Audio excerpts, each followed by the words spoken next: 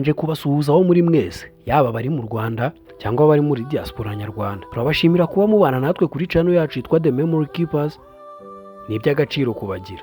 Ubushize nari nakubwiye aba YouTubers babiri barenze ku isi. None ndakubwira aba YouTubers batanu bakize ku isi.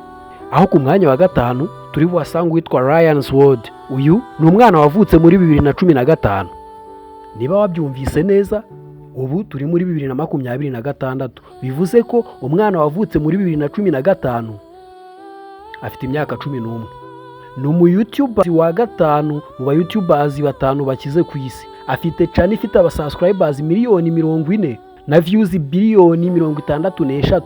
Akaba barirwa kayabo kari hagati ya miliyoni 100 n'$110 z'idolari. Aya ni amafaranga menshi cyane, atunzwe n'umwana w'imyaka 11. Njye uri kukuganiriza, uyu mwana mukubye kenshi mu myaka, ariko ayo mafaranga atunze nta nubwo ndabona ahantu ateretse, ndetse sindumva n'abantu bari kuyaganiraho.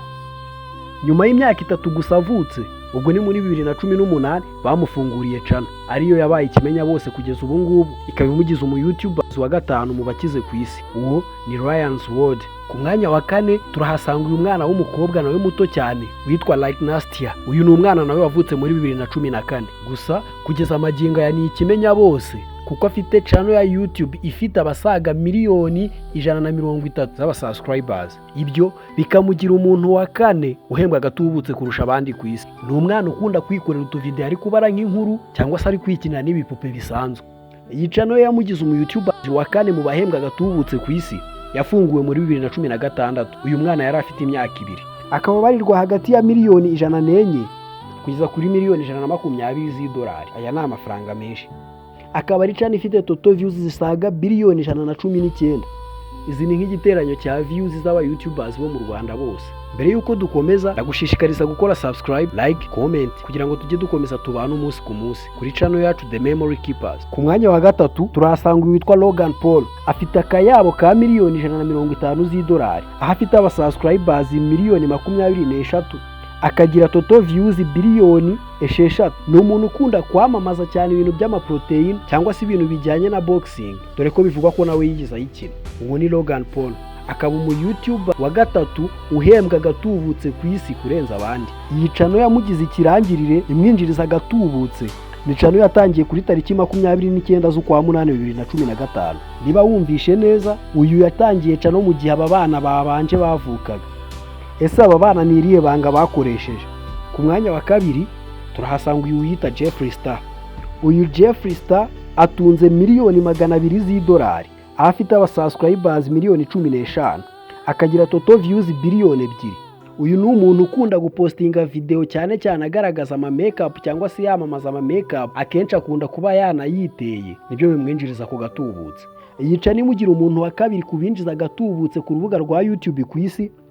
Ni channel yafunguye kuri tariki 15 z'ukwa 2 2015. Ikaba imugize umuntu wa 2 winjiza gatubutse ku isi kuri YouTube kugeza amagingo yangaye. Ese urakeka ku mwanya wa mbere hari inde? Nongera kugushishikariza gukora subscribe, like, comment kugira ngo tujye tubana umunsi ku munsi kuri channel yacu The Memory Keepers. Ku mwanya wa mbere uyu we twari twanamuvuzeho, turahasanga witwa Mr Beast. Uyu Mr Beast cyangwa se Jimmy Donaldson, we channel yiwe ni channel yafunguje muri 2012. Uyu akaba ari we mu YouTuber wa mbere urenze ku isi, haba mu ba subscribers, views nyinshi cyangwa se amafaranga. Uyu naho abarirwa biliyoni y'idolari, ndetse akaba umuntu wa 8 watunze biliyoni ku isi akiri muto. Ni Mr Beast cyangwa se Jimmy Donaldson. Mr Beast kugeza ubu tuvugana afite aba subscribers miliyoni 473. Akagira total views biliyoni 115. Uyu muramuzi twamugarutseho ubushize kumwe n'uwitwa T-Series. Mr Beast uyu ni umuntu ukunda kwikorera content zo kugenda atembera ahantu hanyuranye, areba ibintu bigiye bitandukanye, udushya nk'ibiti cyangwa se imigezi itangaje n'ibindi bigiye bitandukanye. Ndabashimiye mwese kuba mwabanye natwe kuri channel yacu The Memory Keepers. Naho ubutaha, niba hari ikintu wifuza ko twazagukorera icyegeranyo cyangwa se twazaguha amakuru yacyo, tubwire muri comment. Turabashimiye kubana natwe.